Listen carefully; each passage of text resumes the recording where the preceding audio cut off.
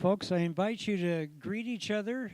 We may be delayed on the start because we do have a medical issue that's being dealt with right now, but please feel free to socialize and we'll round you back up as soon as we can.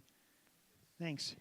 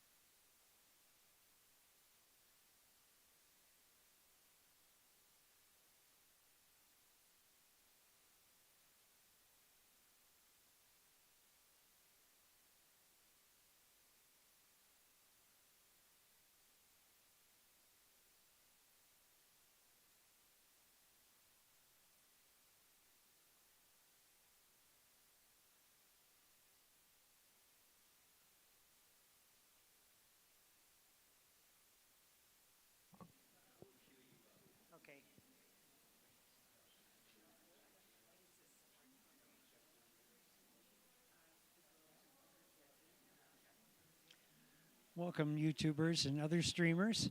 It's going to be a few minutes before we get started here. We've got a medical issue going on, and it looks like all is going to be well, but person needs to be taken out by the EMTs. We will begin right after that. Thank you for joining us. It'll probably just be about 5 or 10 minutes.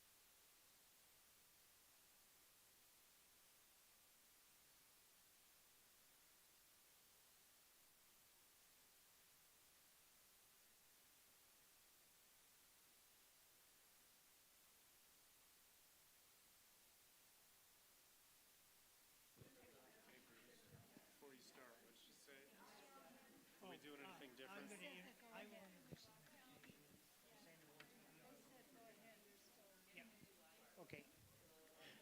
Okay, folks, let's go ahead and get started. It's chaos this morning. Um, for those of you that arrived just recently, one of our attendees in the meditation had a medical issue. She's on her way to the ER, and it looks like things are going to be fine, but they need to check her out there. So let's go ahead and get started. Matt's going to open with a song. I'm waiting for him to get his capo on there. And Alan, I guess I'll run this. Good morning, everybody. Welcome. Welcome to Unity of Flagstaff. I had a really upbeat song to play. Are you guys okay with that? Okay.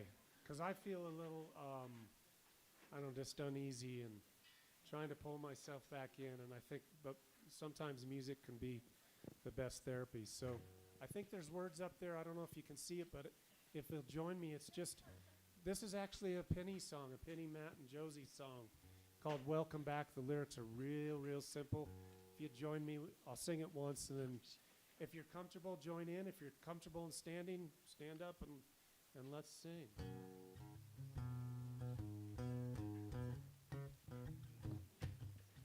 Welcome back, welcome, you are welcome here. Welcome back, welcome, you are welcome here. Welcome back, welcome, you are welcome here. In this light, in this space, we are love and we are faith. What we know, we hold in place. Let me be the first to say, let me be the first to say, welcome back, welcome, you are welcome here. Welcome back, welcome, you are welcome here. Welcome back, welcome, You are welcome here. Welcome back, welcome, you are welcome here. Thoughts we hold In our mind, what we seek is what we find. Welcome to the humankind. Let me be this to say, let me be the first to say, welcome back, welcome, you are welcome here. Welcome back, welcome, you are welcome here.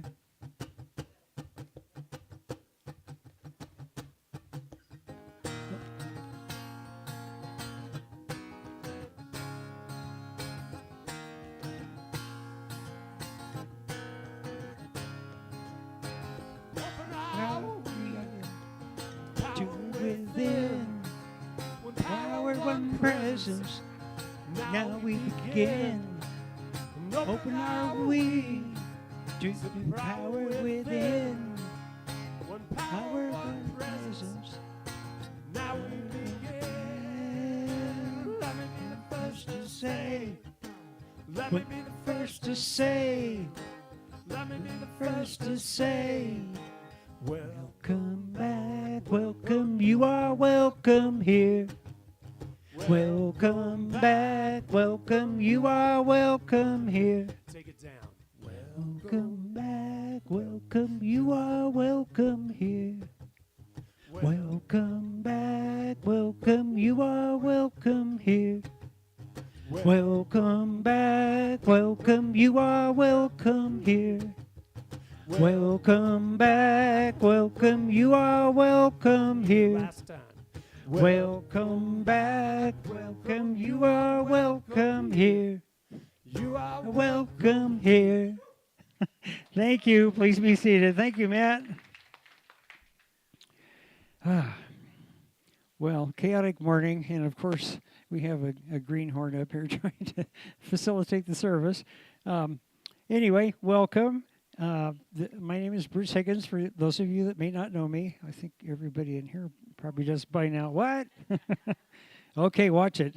I've got a Don Rickles comeback for you, Michael. And I can't quite read that thing from here. Okay. Well, anyway, welcome to Unity of Flagstaff. a place where all are welcome, always have been, and always will be. We welcome people of all faiths and sexual orientations and whatever else may be going on in your life that makes you feel excluded somewhere else. And I would like to start with the opening prayer here. Where is Char? There she is. Please come on up, Char.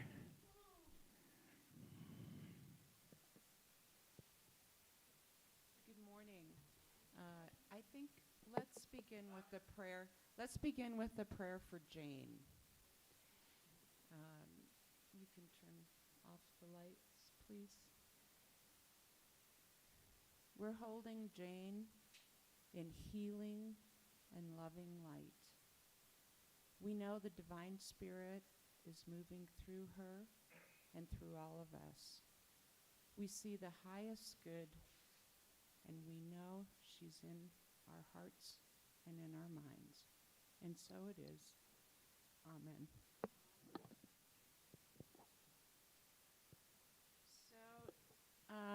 This prayer, please join me in a general prayer. This prayer is adapted from our Unity Ministries.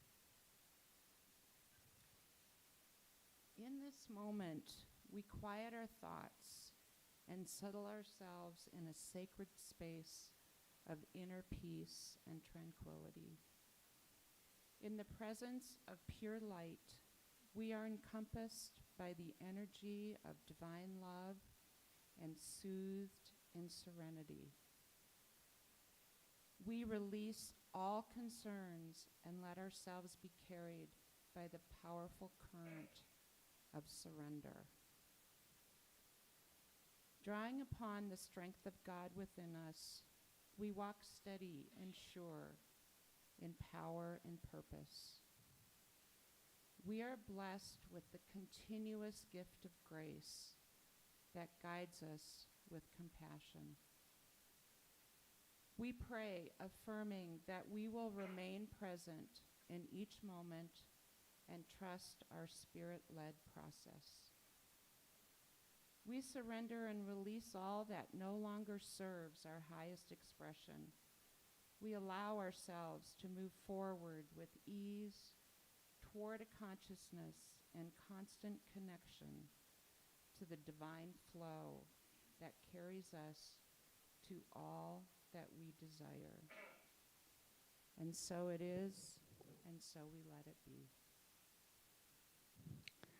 Thank you, Char. Can you get the lights, please, back there?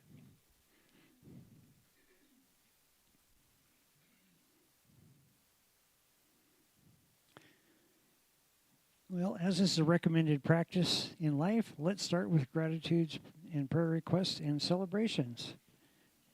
Your prayer requests, gratitudes, and celebrations, we collectively affirm with you and those that you pray with and celebrate with that the presence of good is in all things. And it is the one power, one power we know with you that God, the universe, spirit, whatever you call your higher power, sorry, somebody's raising their hand at me. Okay. Knows the details. Does anyone have a gratitude prayer request or a celebration they would like to share with us? And I see Gary's got his hand up over there. Hold on. I was just going to say that Sandra, who left with the EMTs, has her birthday today. So if we can just wish her a happy birthday. And we have a card for her here, too. Yes. Happy birthday. Happy birthdays. All right, Gary, over to Gary.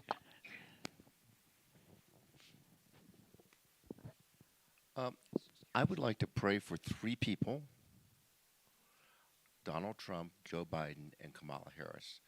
And may the angels surround them and direct them and bless them, and may they all know that they are loved. And please, and listen to their better angels.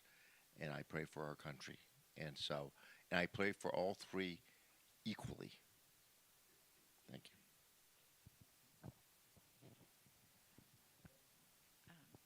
I would like to submit a prayer request for Barbara, who's been diagnosed with congestive heart failure, and she is a teacher of the wisdom in Unity of Charlotte. Thank you. Go ahead. Okay, mine is a thank you to God because, or my higher power. But I got out this week. I was determined. My daughter got me a stepwatch. So and it says, get up and move. So, so I started last Sunday, and last night I hit my 30 miles walking. Hey. So I'm really happy, and I thank God for giving me the strength and the stamina to stick with it. So thank you. That looks like a little more than a stepwatch to me.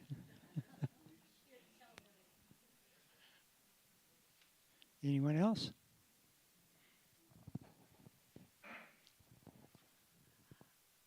Good morning. I just wanted to say I had a beautiful afternoon, couple hours with my family yesterday, and it is such a blessing to have that relationship in my life and be a part of that, and I'm very grateful.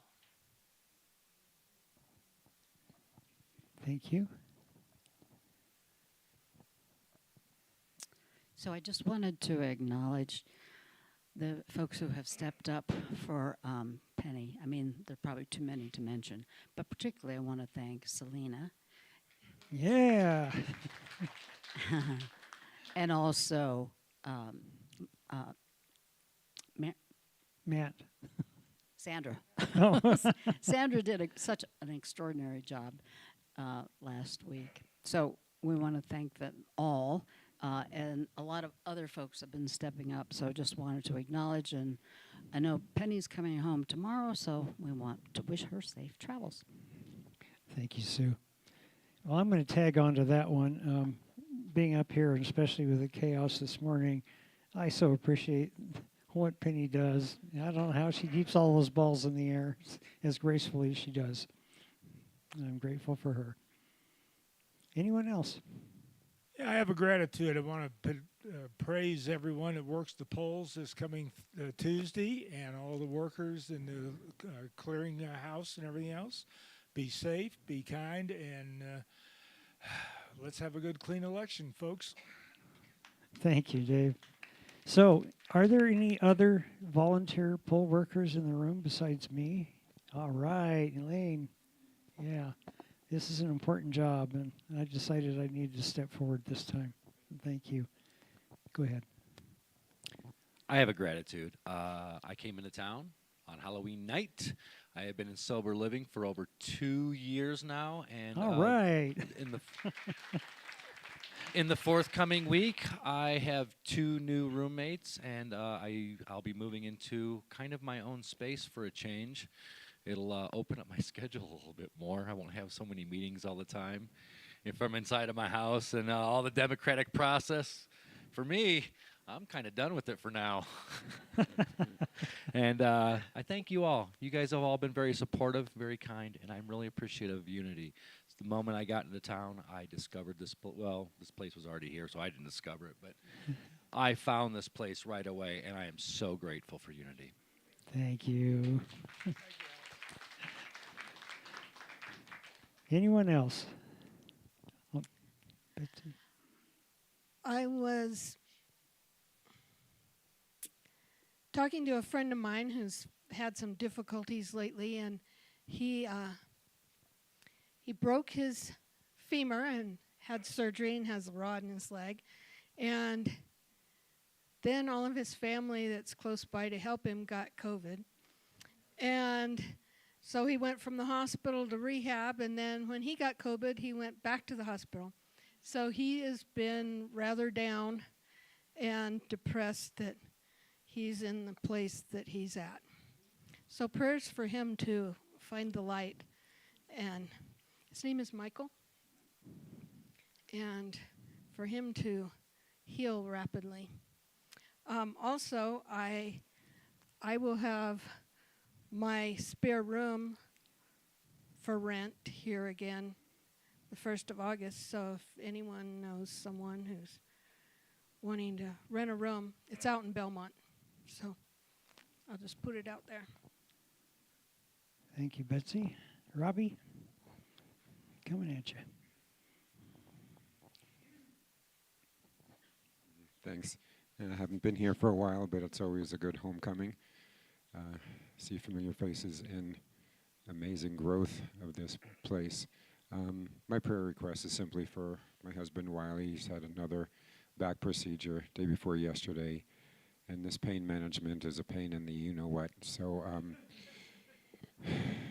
however this prayer thing works, just offer him healing energy to, just be released from this. It's been really a long time, and he's got a good, kind spirit, but his body is very unkind. Thank you, Robbie. And we're certainly holding Wiley on the light. Anyone else? We are grateful for the power of prayer and the good news, both spoken and unspoken, here today. And so it is, and so we let it be. And hopefully, yeah, here we go. Today's principle is principle number 3. Let's say this together. We are co-creators of spirit, creating reality through thoughts held in mind. In the short version, think it, hold it, create it. Our thoughts are prayers, and we are always praying. Seek a higher consciousness, a state of peacefulness, and know that God is always there. Today, Matt is speaking on the science of unity, so wake up now. It's going to be technical. And I was talking to him this morning. I was worried about how long this was going to run, and I told him about a little story about a really good example to me of thoughts held in mind and the opportunities you miss in a very obvious way. So I used to commute to Williams like almost every day for 17 years. And our carpool would meet over where the bus transfer station is. And one time I got there a little early, and there was this woman there, couldn't get her car to start, and she was crying, and I felt so sorry for her. So I walked over and said, "May I help you?" And here comes a tirade, swearing at me, saying, "How dare you make fun of me," and blah, blah, blah. And I said, "Do you need some help?" is what I'd asked. So I repeated it, and she got even more angry. So I turned and left. Now, what was she holding in mind? And this may have been, not healthy. She may have had some other issues going on, but in her mind, she was hearing things that weren't being said at all. And suddenly, and she was so angry, she lost her chance to get help from me. And it was a cold morning. There's nothing to do for me. I just turned and left. But there's an opportunity missed because of the thought she was holding in mind right there. And her mind was probably filling in some blanks that maybe most of us don't. But we all get caught in our own things sometimes. So anyway, that's my 30 seconds about that. I'm going to talk a little bit more about some other things, about optimism versus pessimism. And hold that, because it isn't really just that. Optimism is among the most celebrated human qualities. Many studies have shown that optimists tend to fare better in life than their pessimistic friends, at least when it comes to, and these are all backed up by at least one study, physical and mental health, resilience, relationships, career, pain management, and even longevity. Being of good cheer and expecting the best, as science and cultural dogmas have us believe, will lead to the best. But, I'm going to change this slide. But, is it all that straightforward? Optimism always adaptive, and is there really nothing good about being a pessimist? Science has marched on. While studies in the 90s have often reported better outcomes from optimists versus pessimists, more recent research has also addressed the role of a realistic mindset, in which expectations are based in reality versus fantasy or illusion. Optimism versus pessimism is not black and white. There is room for realism in this equation. Realistic optimism serves a protective function by allowing a person to remain optimistic while accepting the reality of difficult situations. And there are some key points from some of the research about this. Past research has demonstrated that optimism can benefit happiness, relationships, and health. Something called defensive pessimism is most useful when the negative outcomes are important to consider and when they can be prevented. And I love the example I saw here in psychology today. Do you want an optimist or a defensive pessimist to be in charge of a nuclear reactor?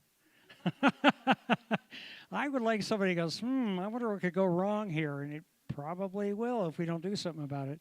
Versus, it's all going to be in divine order. I don't know about that.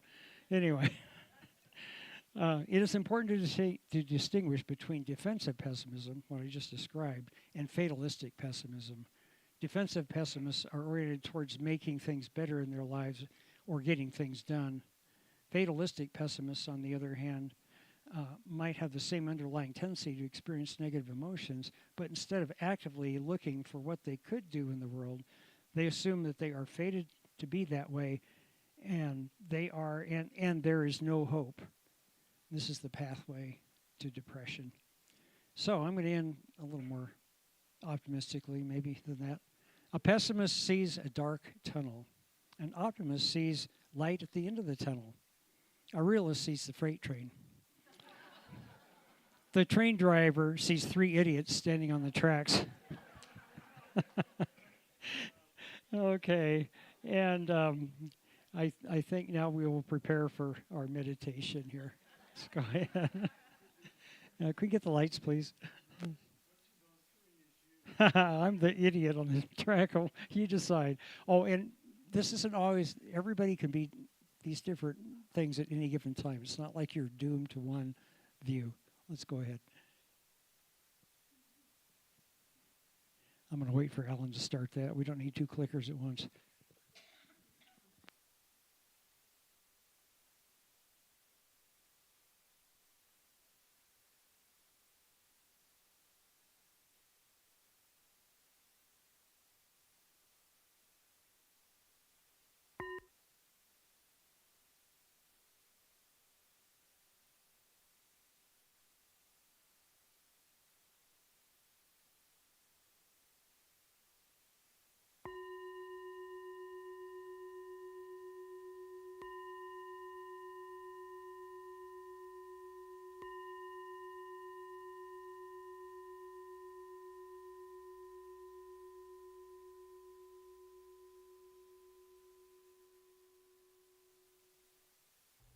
Coming into stillness and feeling the simplicity of your body breathing. Taking a nice, full, deep in-breath now, extending the in-breath, filling the chest and the lungs, and a slow out-breath, feeling the sensations of releasing the breath, relaxing outward, letting go. And again, breathing in, filling the chest and the lungs. And a slow out breath, releasing, letting go, letting go. And one more time, inhaling deeply, filling the chest and the lungs. A slow out breath, relaxing outward, letting go. And allowing the breath now to resume in its natural rhythm, relaxing with the inflow and with the outflow. Beginning to gently scan down the body, relaxing the brow, letting it be smooth, softening the eyes,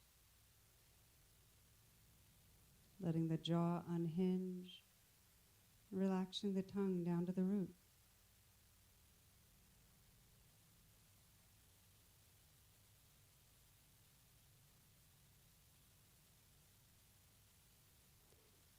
Letting the shoulders fall away from the neck, and feeling the shoulders from the inside out. Sensing a dissolving sensation, ice to water, and water to gas. Letting the hands rest in an easy and effortless way, softening the hands. Feeling from the inside out the play of sensation there. Letting the chest be open, the heart relaxed. Sensing an openness to the chest, softening the belly, letting this next breath be received in a softening belly. This breath, and now this one, relaxing deep in the torso, feeling the length, the volume of the legs, feeling the sensations inside of the feet. Then widening the lens to sense this whole body as a field of sensation.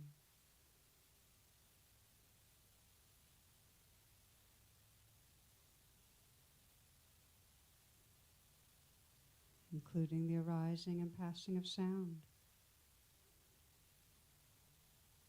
Listening to and feeling the whole moment-to-moment experience.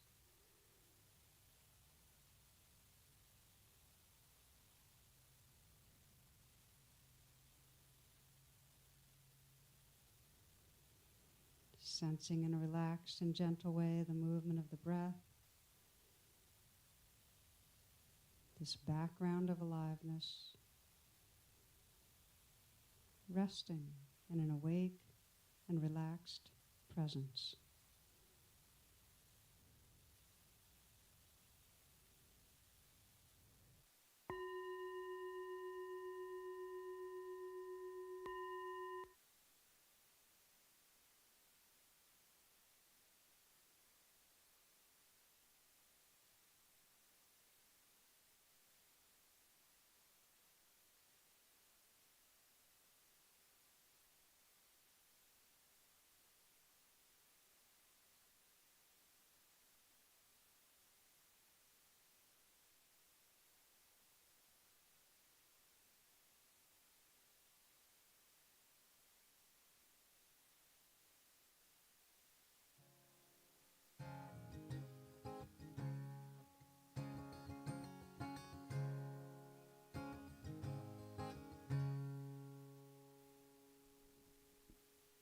Char's shorter than me, barely, but.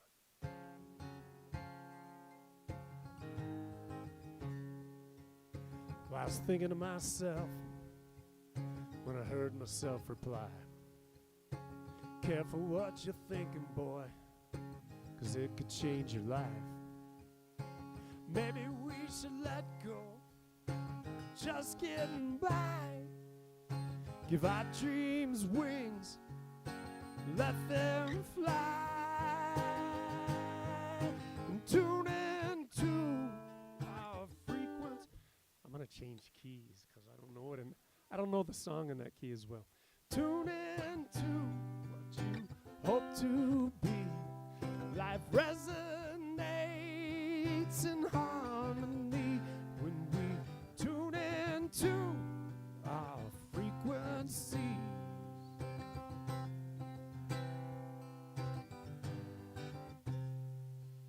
See my brothers and my sisters struggling just to make ends meet. They're working so hard, trying to make ends meet. Maybe we should focus on what it is we want to see. Give our dreams wings, set them free, and tune into our frequencies. Tune into what we hope to be. Life resonates with harmony when we tune into our frequencies.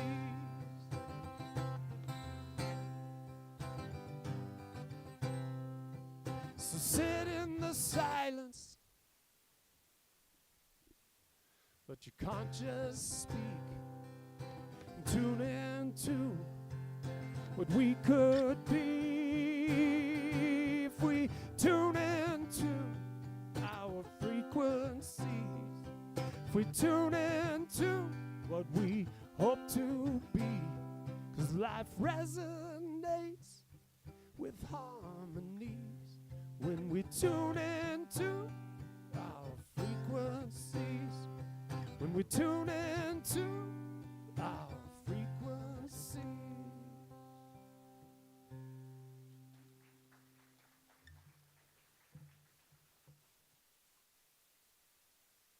So good morning. Good morning, good morning. Let me try to untangle.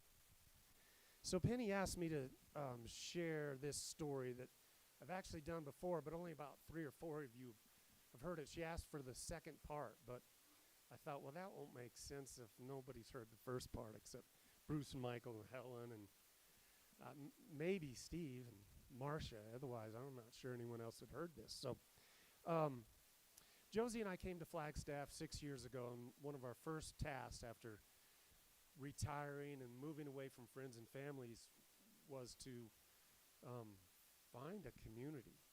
So we started looking for a community of like-minded people because we just knew, especially me being a social butterfly, it's important to me.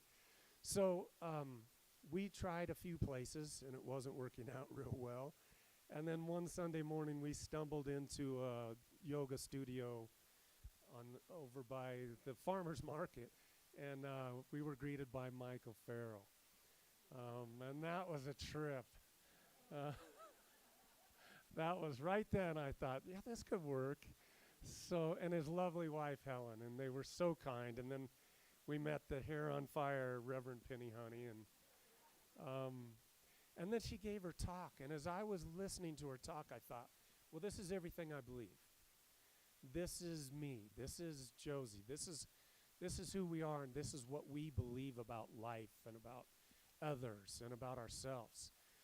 So, and it goes back to science, because I was a science teacher and then an administrator, and I taught teachers and tried to teach them how the brain works so we could improve learning for kids and make the environment for kids a loving, kind, safe environment. That was what I was about. So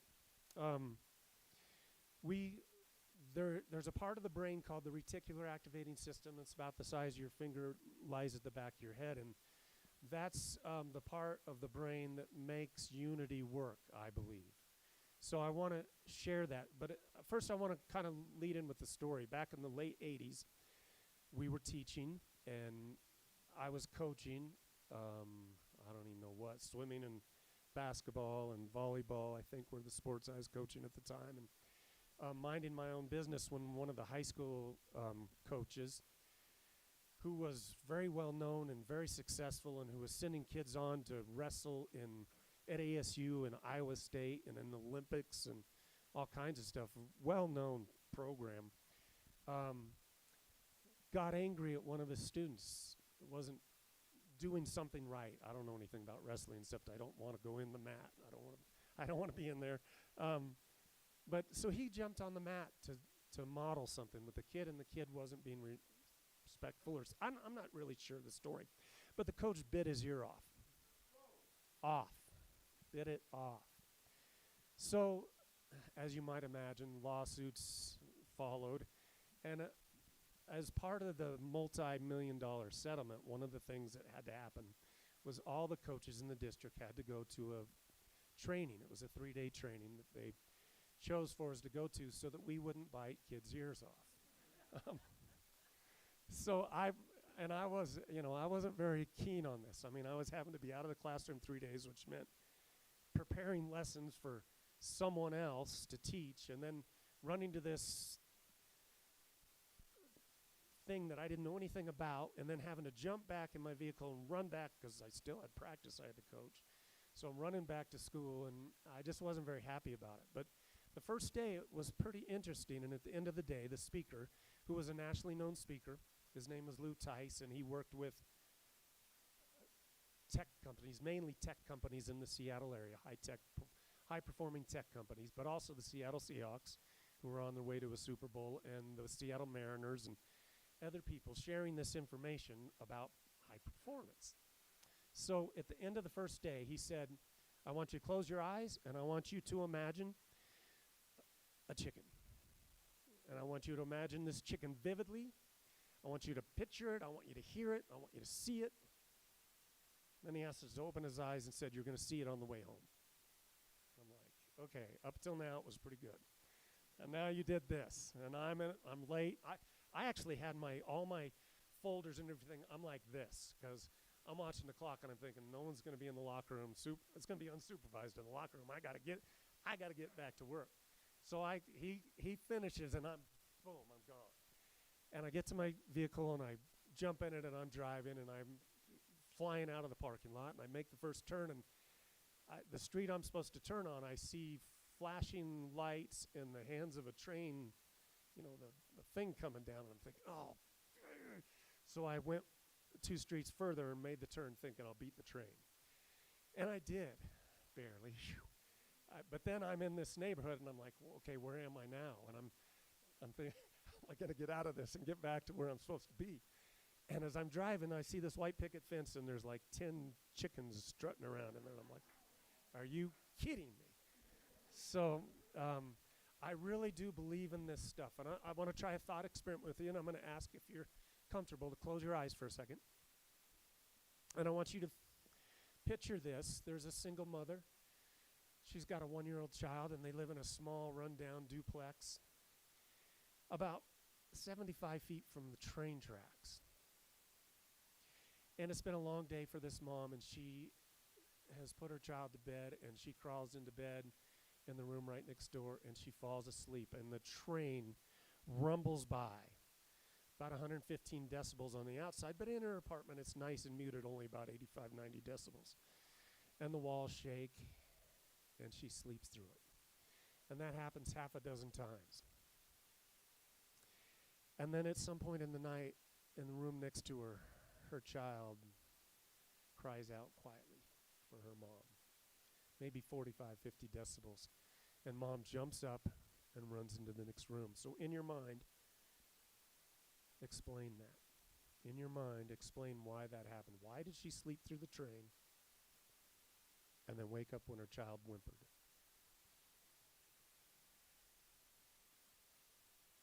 So open your eyes and come back up here, and can somebody tell me why?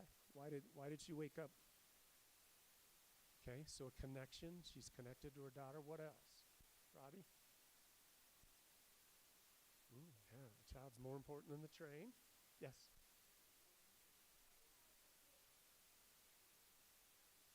And she's learned this. It's become part of her to be there for the attention of her child. So all those answers are correct. And the brain research that connects to that is that this part of our brain, the reticular activating system, acts as a filter. When you are in a coma, that's because this part of the brain is shut off and no information is flowing to the frontal cortex. If you're going in for surgery and they put you out, that's what they're doing. They're numbing that part of the brain so you don't feel any pain, you don't feel there's no sensory input. It's not going from here to the frontal cortex, so you're not registering it. If that part of the brain becomes damaged, let's say overuse, long period of wear and tear, you get a disease called Parkinson's when that part of the brain gets damaged. If you get lesions on that part of the brain, you go into a coma or worse, brain death. In the United Kingdom, when that part of the brain isn't working, you're declared dead. In the United States, the frontal cortex also has to die before they declare you dead. But basically you are. When that part of the brain isn't working, information's not passing through. So I'm trying to think of a couple other things. Narcolepsy would be where sleepfulness to wakefulness is controlled. The arousal of sleepfulness to wakefulness is controlled by this reticular activating system. If you don't have any control of that, you could just suddenly fall asleep. That's narcolepsy. Kids who have too much information passing through and they don't know how to filter it, because constantly we're being bombarded with information, and if we don't know how to filter out what's not important, we struggle. That's what ADHD is. That's what kids struggling with ADHD. So this part of our brain has been studied and studied and studied and studied, and we still know almost nothing about it. But one thing we do know is that we can control it to a very, very, very, very small degree. For instance, it controls your heartbeat. This part of your brain controls autonomic, is that how you say it? Autonomic, thank you, I knew that. portions of your body. So, for instance, breathing. Well, we can slow our breathing down, right? Through meditation and through other things. Now, but we can't control it completely, but we can slow our heart rate down. So we have some control over it. So the beautiful thing about it, and the part that I think is unity, is that we can control that filter as to what thoughts pass through. So for instance, let me just give a couple examples related to. So a mom who is asleep at night doesn't hear the train because it's not important. She hears the kid because she knows that kid needs attention. She's the main caregiver. She's got to be there. So the brain says, okay, I'm going to open up and I'm going to let that thought through to the frontal cortex. Okay? So the brain is a filter. An example a lot of adults can connect with is when you buy a car. All of a sudden, after you buy the car, you spend lots of money, you spend time researching it, blah, blah, blah. That car is important to you. So now you start seeing that make and model everywhere. That make and model was there already. Kids know I don't know if you play the slug bug game. If you haven't, you should. It's a great game where you you take your brother and you get in the car, and every time you see a Volkswagen, if you see it first, you say slug bug, and you get to punch them in the arm. Well, if you play that with your grandkids, trust me, it's a bad idea because they've been playing forever. Their filter's open to Volkswagens, and you go, what? Slug bug. And they're punching you because their filter's open, and you don't even notice Volkswagens because they're not important, okay? Unless you're thinking about buying one or you've bought one, then all of a sudden it's important and your filter opens up.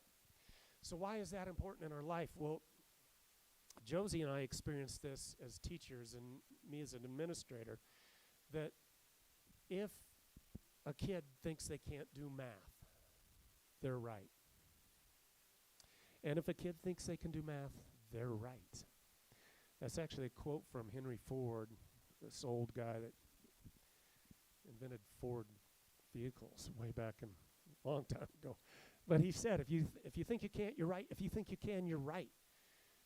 And he didn't know the science behind it, but the science is, if you think you can't do math, and the kid's sitting in class and the teacher calls on him unexpectedly for the answer, and the kid goes, and especially if they're shy, and now the kid's going panic mode, and the teacher doesn't give them wait time, and they move on to someone else, all of a sudden the kid goes, I knew I didn't know it. I don't know anything about math. I hate math. I can't do math. And every chance they get, their brain opens up and says, see, you can't do math. See, you can't do math. See, you can't do math. Because that's what the brain does. It filters out information that you don't believe in. That's why politics is such a nasty business. You like this candidate, you believe in him, you filter out the bad stuff, and vice versa. So for a kid, that's a critical thing. The kid who thinks they know math, the teacher can call on him and the kid's unprepared because he's been messing around. He doesn't hesitate. He looks at the neighbor's paper and goes 7, and he gets it because he can do math. He's going to figure it out. It might be cheating, or it might be he stays after class and gets some extra help, or he asks his older brother, or he talks to mom, or he struggles with the problem for an extra minute till he gets it because he believes he can do it. So it's not magic. It's not like, and there's also reality to it, which Bruce brought in. I love that he brought that in. It doesn't just happen because I say it. Now, it's important that I say it. I can do math. But I also have to stay after for that study session, or I have to do whatever. I have to take the steps. That's the reality of it. Okay? But if you believe you can't do it, you're just going to try and reinforce that. That's how our brain works. The great thing is we can trick our brain. We can start saying, I can do math, and then all of a sudden you're going to see, oh yeah, there is a study session. I could stay. Or you know what, my brother's really pretty smart. I don't really like him, but I'm going to suck up to him and I'm going to get some help. Okay, or whatever it is. So if you look at, so when I was sitting there listening to Reverend Honey that first day, I thought, man, she ripped all this off. I've been teaching this to my teachers. Every year my teachers had to sit through this video. They'd see me coming and they'd duck. They'd like, not again. Here he comes with his reticular activating system. But it was true. If I had teachers that, I remember walking through the teacher's lounge one day and a teacher's talking about our kids taking up space and wasting oxygen by breathing. I wanted to strangle her. I had been wondering why for days kids had been coming to me saying, this teacher, she doesn't believe in me, she doesn't. Yeah, there it was. That teacher did not believe those kids could learn. So we can pass that on to them, because if I'm a teacher and I believe those kids can't learn because the color of their skin or because whatever it is, and that was the instance, she didn't like the color of their skin and she didn't believe they could do it. Sorry, get off track with that. If you believe it, you're going to find it. You're going to find a kid that doesn't do it, and you're going to say, see, and you're not going to look for the opportunity. Ooh, they almost got it. Let me give them a little bit of support. Let me help them. Let me give them another step. Let me let them struggle a second longer, and maybe they'll figure it out. So when Penny was talking, I'm thinking, her unity message, or unity principle number 3, we create thoughts. Yeah, thoughts held in mind create our experience. Yeah, that's what it is. We're holding these thoughts in mind. It's not magic. If Betsy doesn't mind, I'm going to come back to Betsy. Said she's got a room for rent, and she said, I'm going to put it out there. Well, here's what she did. She activated our reticular activating system. Every one of us heard, Betsy's got a room she's looking to rent. And now when we hear somebody that's looking for a room, our reticular activating system says, hey, somebody we love and care about is, and now we're going to, that allows it. Otherwise, someone's looking for a room. It doesn't make it to the frontal cortex. We hear it. It doesn't make it there.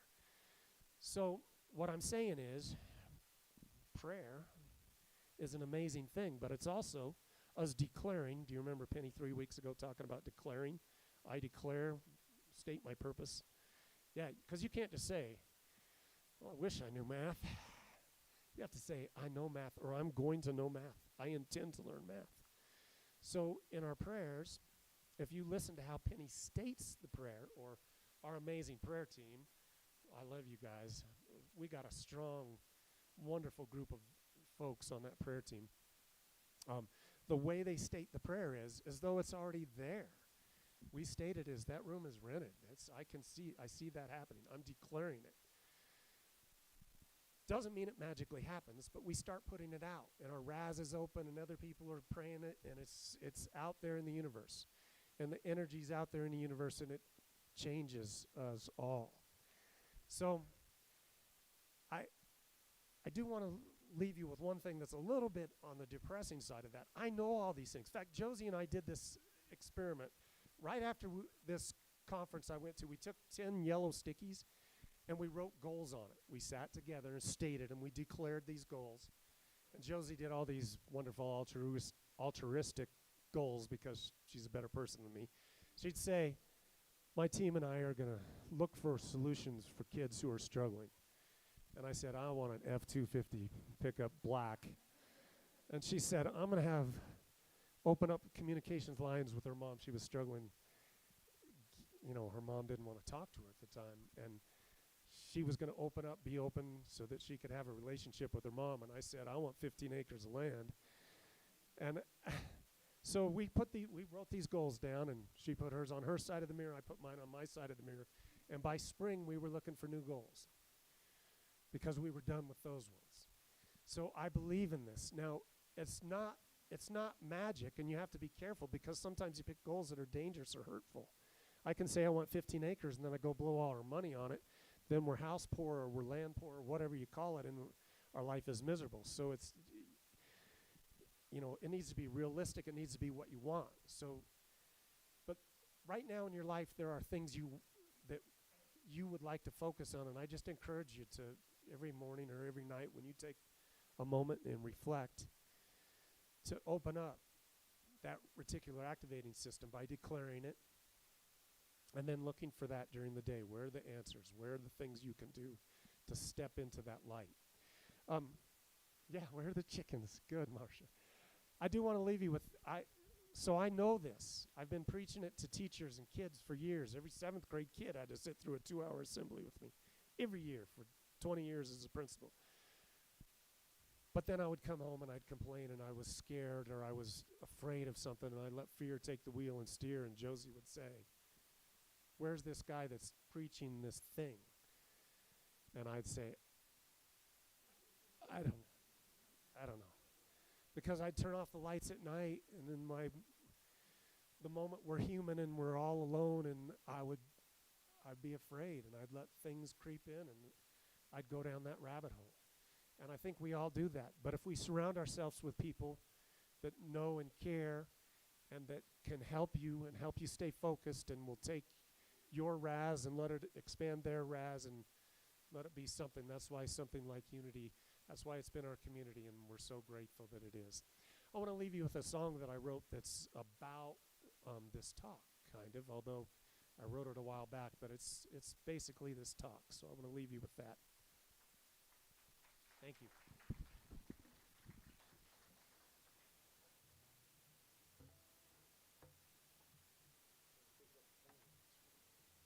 Oh, yeah, who I am.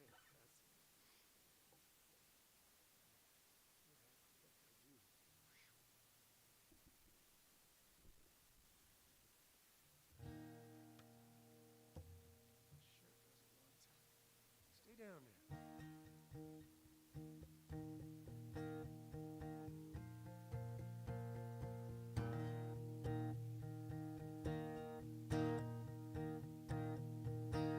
Like an empty vessel floating on an endless sea, there's 1,000,001 possibilities. The beauty of it all is that it's up to me. When the sun comes up, who I am is who I choose to be. And will I rise up with a heart so full? Or will I tear it all apart? Will I make life whole? When the day goes south, will I let it get me down? Or will I stand my ground and choose who I choose to be? And who I am is a choice I make, and if the truth be told, it's the only thing that I control. Is who I am, and who I am. It comes and goes with the thoughts I hold. What I say and do, I understand, is who I am.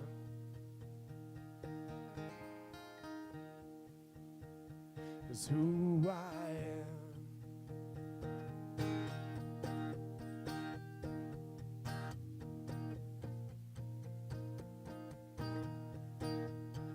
Will I hold back or will I give it all away?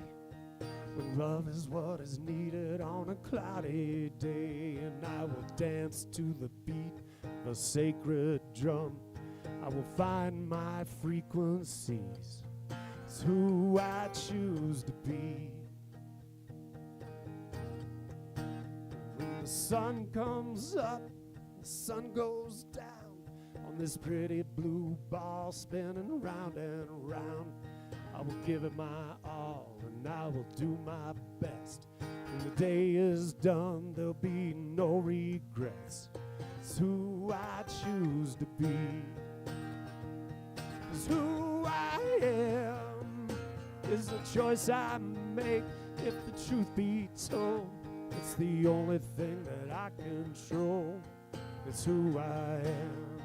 And who I am comes and goes with the thoughts I hold. What I say and do, I understand. It's who I am.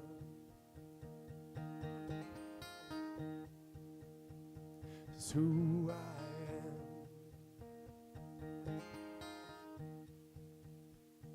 It's who I am. Namaste.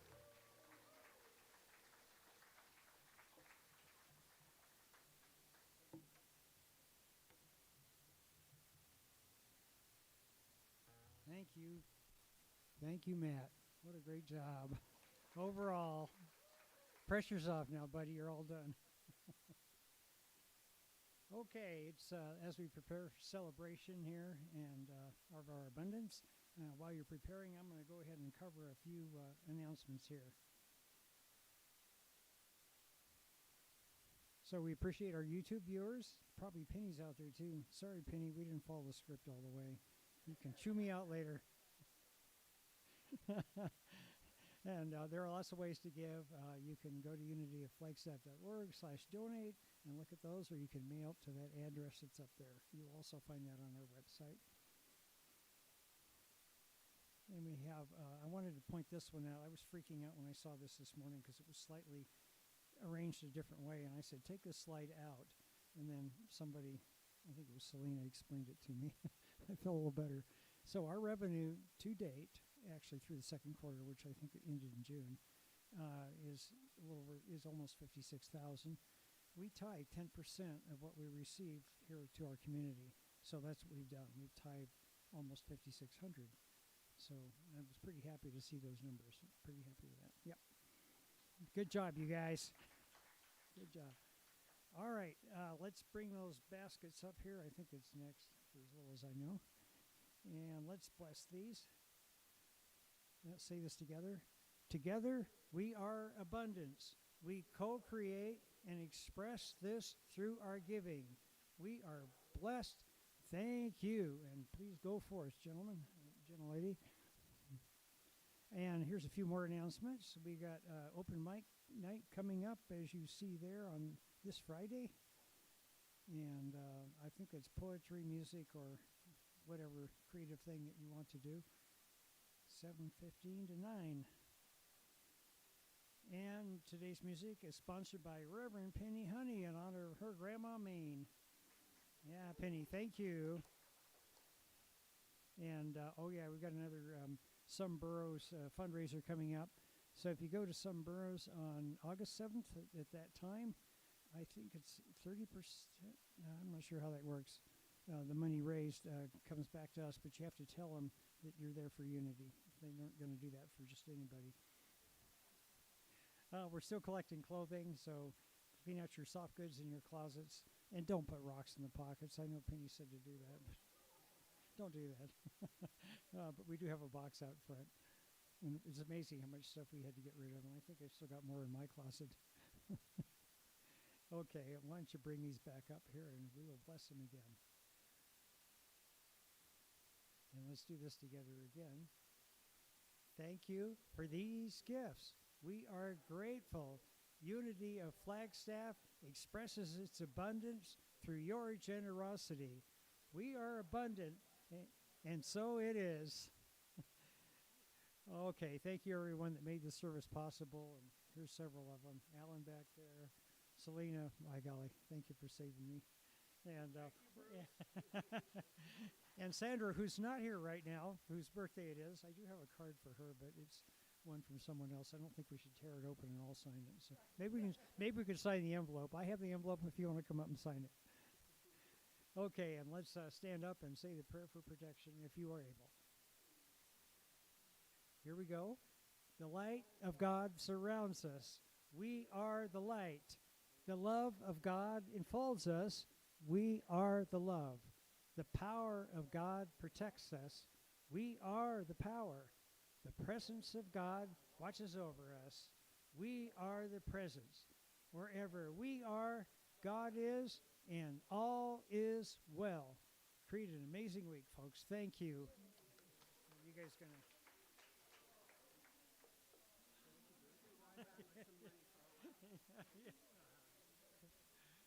What's that? There we go. Thanks. I'll get this thing out of the way.